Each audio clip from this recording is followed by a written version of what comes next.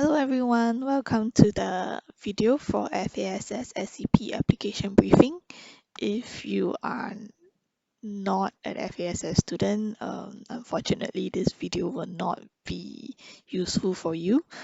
Please approach your home faculty because we are only targeting students whose home faculty is FASS and law econ students.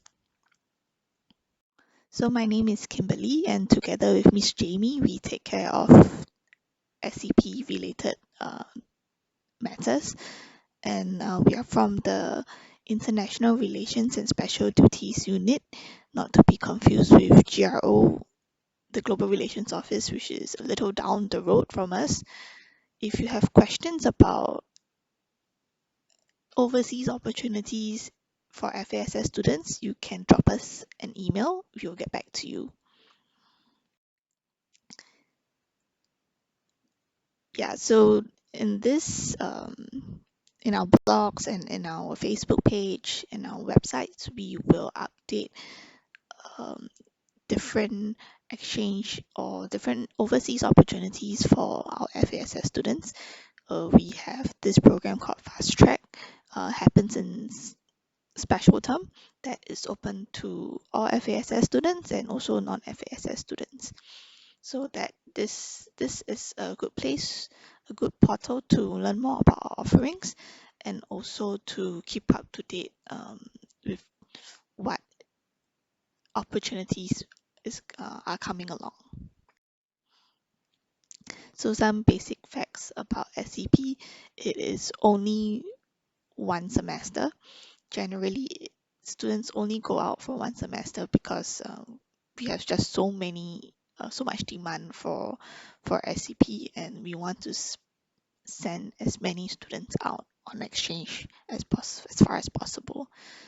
So unless the program requires you to go for exchange for 1 year, or the partner university only takes in students for a year, SCP is generally one semester. Some students have asked, what do you do on SCP? Well, it's basically doing your regular semester, but this time it's only abroad. So of course you can go traveling and things like that, but you have to at least pass your modules so that you can gain some credits and transfer it back to your NUS graduation requirements. Okay, so now we go on to special programs. Special programs are the programs that allow students to go for a year overseas. First, we have the Tri-SCP. This is only for geography majors, and in this program, you are going to 2 different universities that are fixed.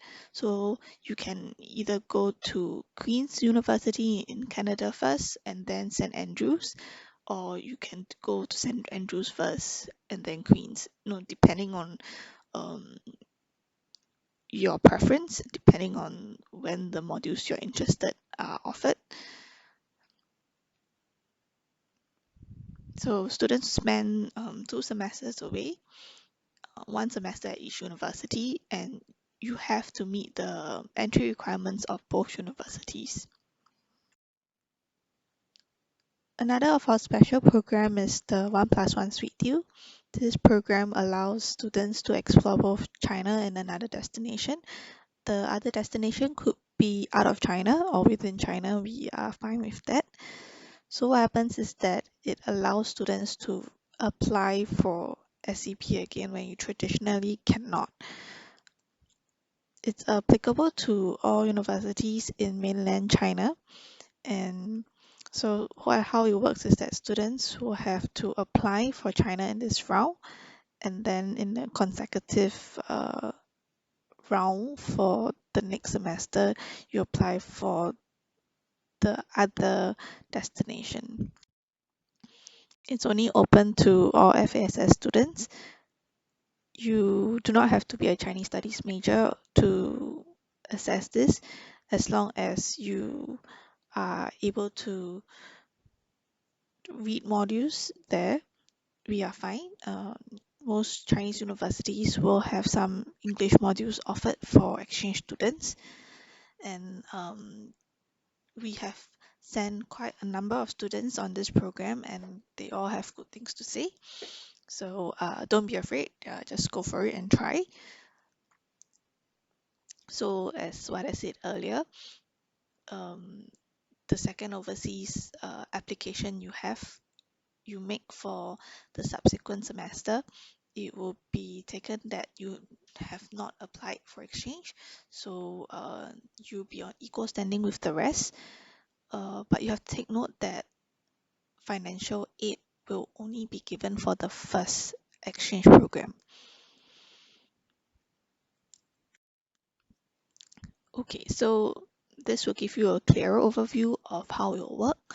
So in this application round, you apply for China, and in the next application round, when we open again in February, you can apply for the SCP in China or another destination. You can even apply to the same university. We are fine with that. So again, the general SCP criteria will still apply.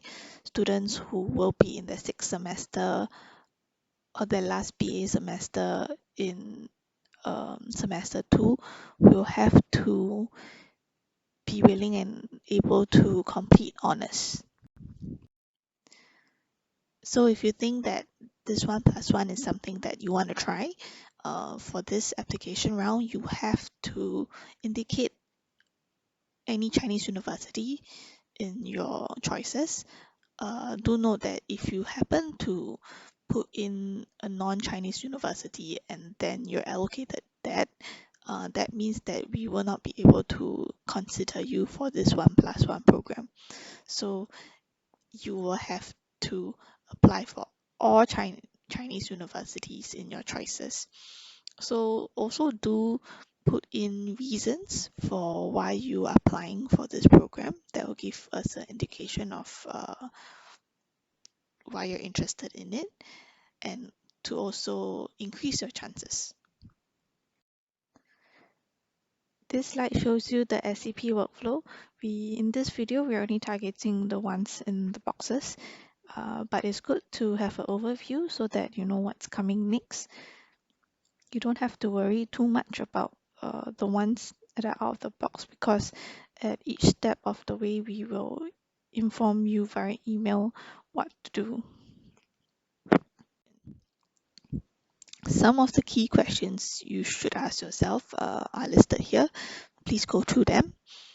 It's important that you do this step right so that you know where to focus your research on, and to also think about know whether SCP is the program for you, because there are other overseas opportunities such as the NOC program and also the shorter term programs like summer winter program.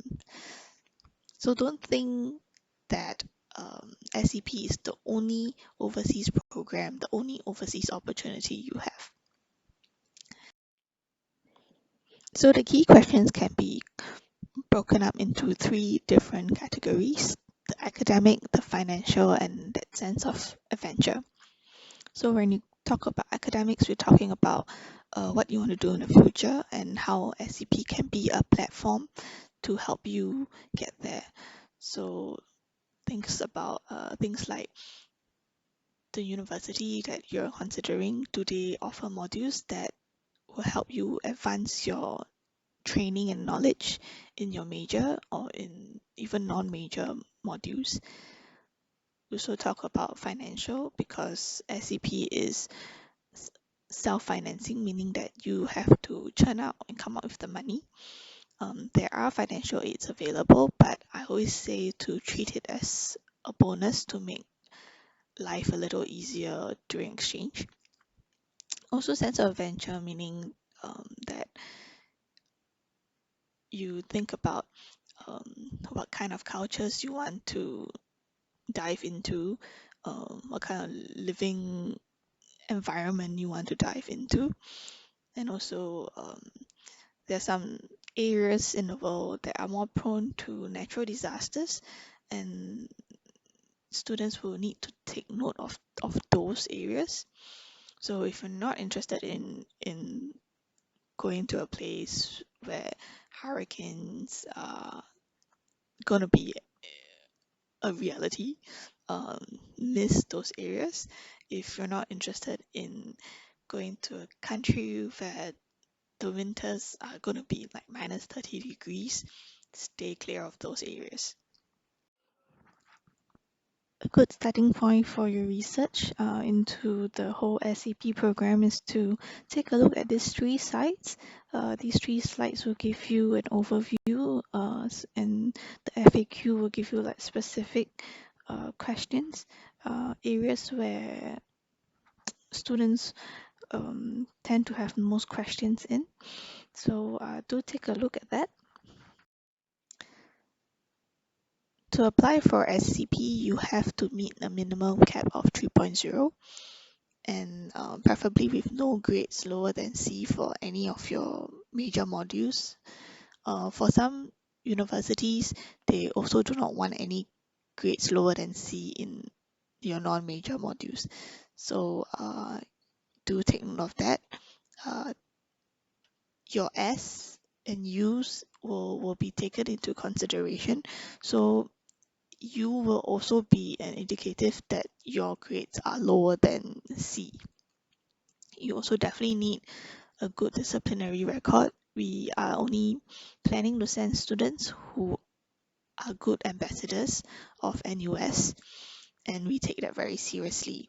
So even if you have a good record before going for exchange, but if you did something that is considered to be a disciplinary offense, your credit transfers, it means that the credits you earned at the partner university will not be transferred back.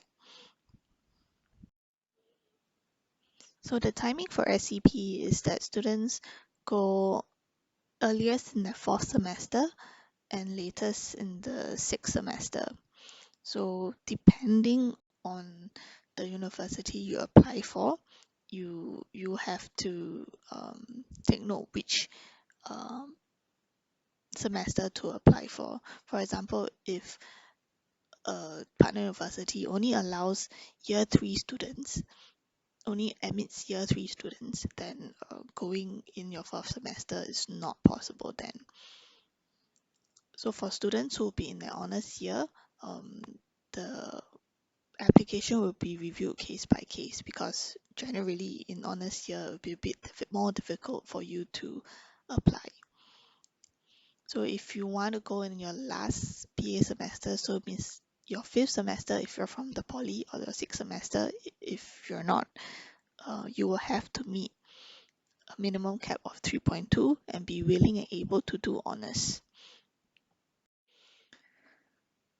For information about which university is suitable for you, I highly recommend that you look at the fact sheets listed on Global Relations Office website or the FASS website for faculty and department level partners. So it's very important to take note of this, because some universities have particular restrictions. For example, the semester you can go, some may only allow year 3 students to go. So being your 4th semester, you will not be able to access this place. Some universities only offer teaching modules in certain language. So unless you have the proficiency, you may not be able to access it. We also need you to take a look at the academic calendar, because some universities will not start at the same time as NUS. And so very important to take a look at the modules offered to exchange students. For students who are doing a minor in business and or second degree with business, this is very important, because some universities do not open their business modules to exchange students that are from out of the business school. So although you are taking a second major or degree or minor, your home faculty is not business. That's why you can't access the business modules. So as I've said in previous slide, do take note of the modules that are open to you. Do note that for business, they do not map to dummy codes, meaning that you have to find modules that are similar if you want to fulfill your graduation requirements. So credit transfer for non-FASS modules will also be transferred under the FASS credit transfer policy. More about that later on. Okay, for students who are doing a minor or specialization which requires specific module codes, please ensure that you find modules that covers the syllabus of that specific code you need to do, because if it's mapped to a dummy code, it will not help you fulfill any of your minor graduation requirements. Here we come to the financial aspect of the planning. Once again, because exchange is self-financing, so a good way to check whether you have the funds to spend a semester overseas in that particular area you are interested in is to check the partner university's website. They will normally provide a breakdown of living costs, um, material costs for studying in the university, and things like travel costs. So do spend some time to check to take note of it, because you don't want to go there and spend a semester there and then realize that you can't enjoy yourself as much because you are worried about whether you have money for day-to-day expenditures. So also do set aside money for emergencies, things like needing to evacuate to another area. Uh, if you fall ill or you are involved in an accident, we hope that you don't have to utilize this money, but it's always good practice to have this money set aside so that when the time comes, if you happen to need it, then you won't be caught off guard. Okay, so students going to University of North Carolina, for example, traditionally in semester one, there will be some bouts of hurricane, and there were times where the students have to travel to another state to wait out the hurricane. So that's why it's important to set aside the money for emergencies. NUS do have some pot of money for financial aid, but again, it's not going to be a lot. Most of the time, it's to cover your airfare. Unless you're going to China, there are very good financial aids available for students heading to China. Some even give you enough money to cover your whole exchange and then have spending money. So more reason to go to China. SCP is really competitive. We receive about 1,000 applications or so within a year, and about 60% will go on SCP, will be successful in their applications. That's because a lot of students tend to clump in the traditional locations such as the UK, the US, Australia, New Zealand. We still have places that are unutilized. Those tend to be in China, Germany, and France. And so to increase your chances, I would suggest considering these countries. And one way to do this is to be proficient in the language. You don't have to take modules in Chinese, German, or French, but it would be good to have at least the proficiency for day-to-day living. So what you can do is that you can apply to read French, German modules, Chinese modules in CLS, and then for Germany especially, they do want a basic proficiency, so at least a German 1 in order for them to accept you. So what you can read on SCP, basically most things, and we are quite flexible with our mapping, but of course the caveat is that it has to be academic enough. The students usually go overseas to do modules in their major UEs. All general education modules have to be done in NUS. There's no way about it. So again, mapping is relatively flexible as long as it's academic enough and there is a department in NUS that is able to map it. We will map it for you. So examples of modules that cannot be mapped are things like tennis, like learning how to play tennis, and dances and fine arts, because we don't have that kind of um, knowledge in NUS, so we can't map it. So for the modules you pass, you earn credits. You will only transfer the credits back and not the grades. So it's like a grade-free semester again. This is an important information. It will affect the tuition fees you pay when you come back on exchange. So if you read this tuition fee policy, you know that when after your sixth semester, your seventh semester, if you're not on honors track, you will need to pay a slightly higher tuition fee. It's still subsidized, but it's slightly higher, it's 120%. So that means that before you go for exchange, during exchange, you should be on track in terms of the workload. You should be able to complete 110 MCs when you return and read like at least 40 MCs in your major to be considered, and of course to meet a 3.2 CAP in order to be considered honors student.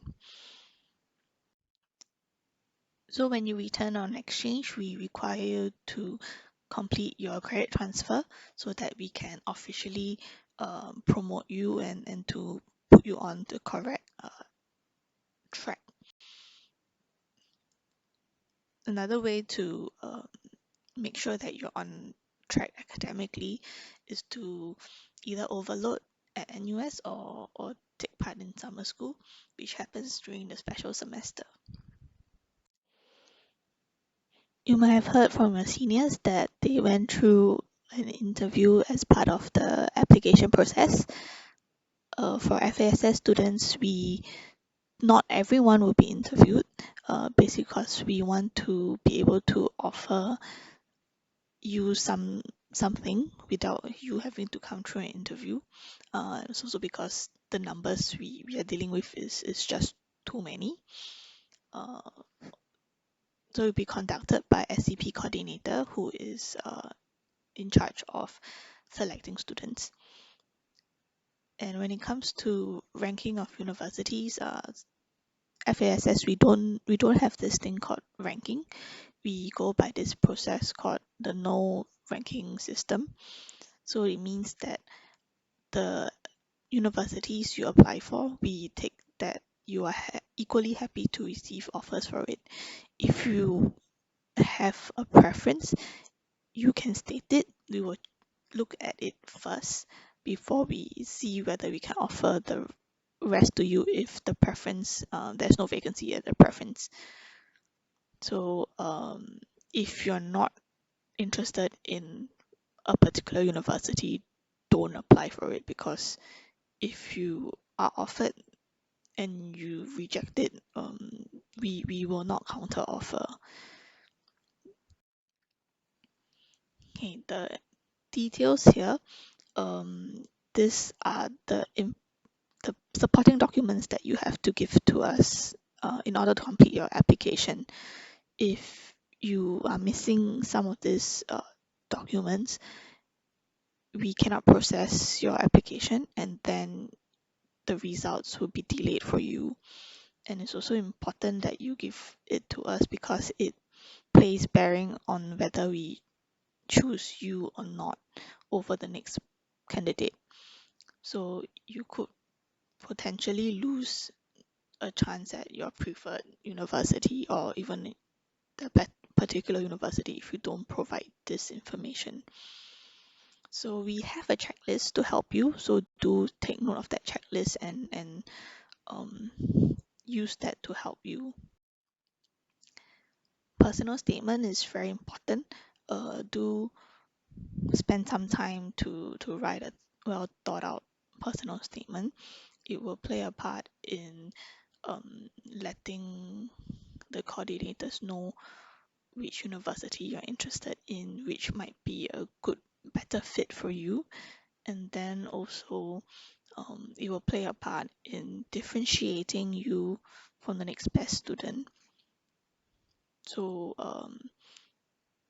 a well thought out personal statement will increase your chance of getting an offer to the university, to that particular university, or to choose you over the next student. After the application closes, the departments, your major departments, will pick up the application for their major students, and then they will go through the list of application to see which applications they want to support.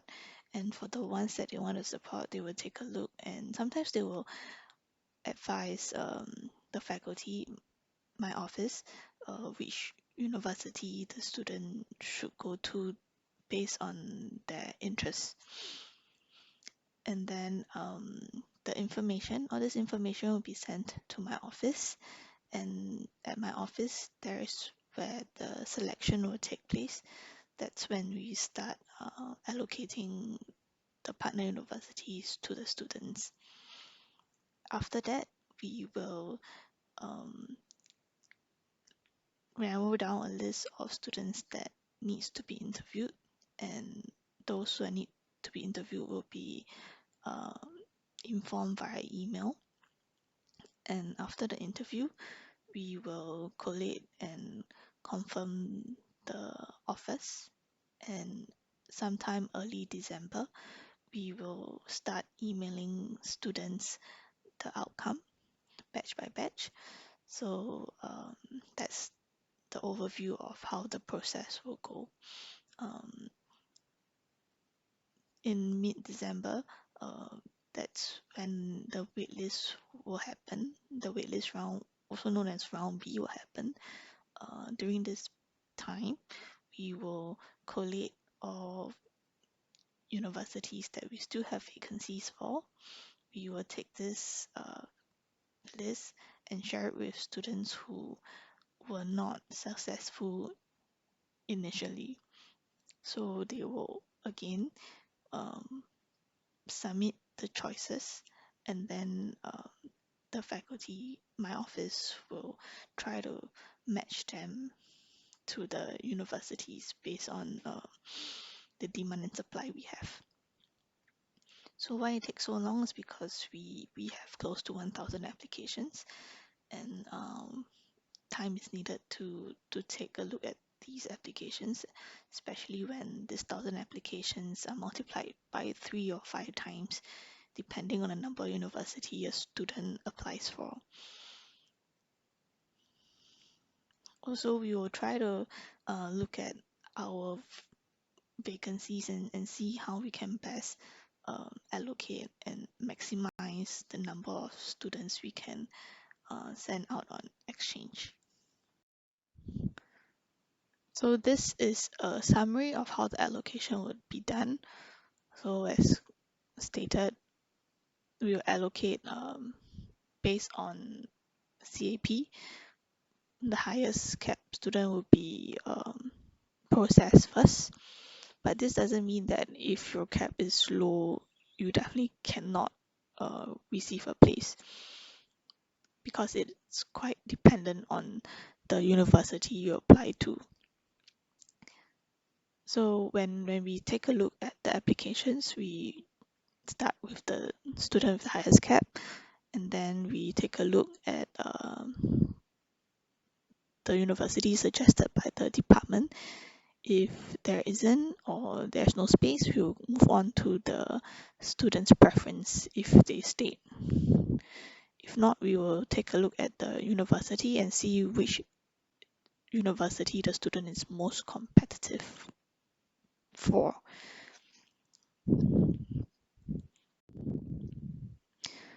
For NUS or FASS scholars, those who are guaranteed SCP places, please note that it may not be one of your 5 choices, because this is to be fair to the rest of the student population. So if you don't happen to receive a placement, do write to us. We will try to find you a university. Please take note of the duration that you can apply for, because some scholarship only allows for 1 semester. So in that case, you can't go for any of our special programs, or you cannot go for the universities that requires 1 year. And also ensure that you check which universities your scholarship provider approves of, because I have seen cases where the student was offered, but the scholarship holder decided that they didn't want to support this student because they were going to this particular university. Here are some important dates to take note. Interview session will happen during reading week, the first Monday or Tuesday. More information will be given to you nearer that time period. We will inform students if they need to come down via email. For the application outcome, the earliest will be December and latest January. So if you don't hear from us, please drop us an email. The waitlist round will happen in mid-December for this application round. So very important, if you are planning to go overseas during the month of December and have no access to your emails, to let us know that you are away with no internet access, so that we can assist with special arrangement. This is because we don't want you to miss out on the application round, or the time frame to accept your offer if you're being offered.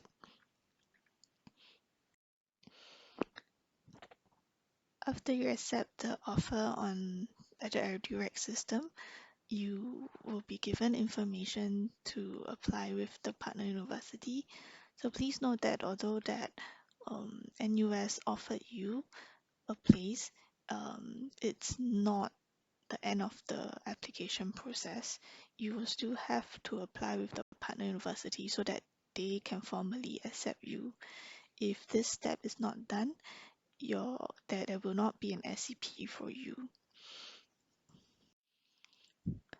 So for students who are offered, please do not do nothing with your offer. Do go into the system to accept or reject. Again, we will give you more information on that nearer the date. And also do take note about the withdrawal fee. If you accept the offer and later decide that you need to withdraw because of CCA commitments or things like you decided to apply for NOC or an internship, waiver for this withdrawal fee is not possible. So for students who did not get a place even after round B, after the waitlist round, unfortunately the chances of you getting a place is not going to be very high, because by that time whatever vacancies we have will be very limited, and if we were able to, we would have offered it to you already. So you might be thinking that the university's credit system, the partner university's credit system is different than NUS credit system. So how do you know how many credits you're reading? So the answer would be that you apply the MC exchange ratio to the partner university's credits in order to find out how many MCs you are projected to earn if you pass the module. It works like the exchange rate for money. So it's very simple. It's just straightforward, simple math. You will need to take note of this because your seniors, some of them were in a position where they have to overload because they miscalculated their credits and transferred back less than what they thought they would. So again, if you read less, we'll give you less MCs. No ifs and buts to it. And it applies to all modules, non-FASS modules included, because FASS, we have a standardized way of transferring all credits earned at the exchange partner university. Here you see an overview of the different countries that are really popular with FASS students. Most students apply for universities in these areas. And to give you a sensing of how is it like in numbers, these are the numbers. So you can tell that we don't have as many places as you think we would have. So earlier in the video, you might remember that I spoke about SCP being not being the only overseas opportunity that students will have. This program, the NUS Overseas Colleges, NOC for short, is also a popular program in FASS. Quite a number of our students go for it, especially those who are very interested in entrepreneurship kind of learning, and those who are interested in working in a startup. The program is usually 6 months or a year. There is a new program that is for 3 months, and it's popular for students in the NM and GL majors because these modules, the credits done in NOC can fulfill their major requirements. For all other majors, the NOC credits will fulfill your UEs. Also, we have the summer winter school. These are short-term programs, about 3 to 5 weeks, happening during May, June, July, during the special term period. It can be sourced by yourself, or you can go to Global Relations Office website to take a look at the list of universities that offer this program. It doesn't mean that you can't go for this program if you are on SCP, or that going for summer winter school will reduce your chance for SCP. We are actually quite happy if you go for summer school, because you would have earned some credits which allows you to maybe read lesser during exchange. So the other program is the STEER program. It's also a short 3 to 5 week kind of program depending on where you go. It's organized by Global Relations Office, and they focus on really interesting emerging regions. For more information, please go to that website. Of course, there is our Fast Track Asia, the summer school. This summer school is organized by FASS, and we offer FASS modules generally, and it's a 5 week program with field trips either within or overseas for some modules. It's a good avenue to make up for your credits before you go for exchange, or even after you come back for exchange and you feel that you want to complete certain credits. It will not reduce your chance of getting a SCP place, so don't worry.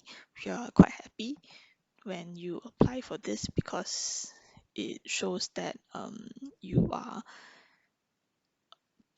ahead in terms of academic progression. So here we have a list of universities that FASS sign agreements with. These universities are the ones that we seek out in order to increase the number of students we can send overseas. And some of these universities, they are very particular to certain majors. For example, Khon universities will be for the Southeast Asian Studies students. Bocconi University will be for the economics majors. Same for Stockholm School of Economics. This comes to the end of the video. I hope that this video helped you in understanding a bit more about the SCP application process and the whole SCP journey. If you have any questions, do write to us. We'll be happy to help you. Until then, all the best for your applications. See you.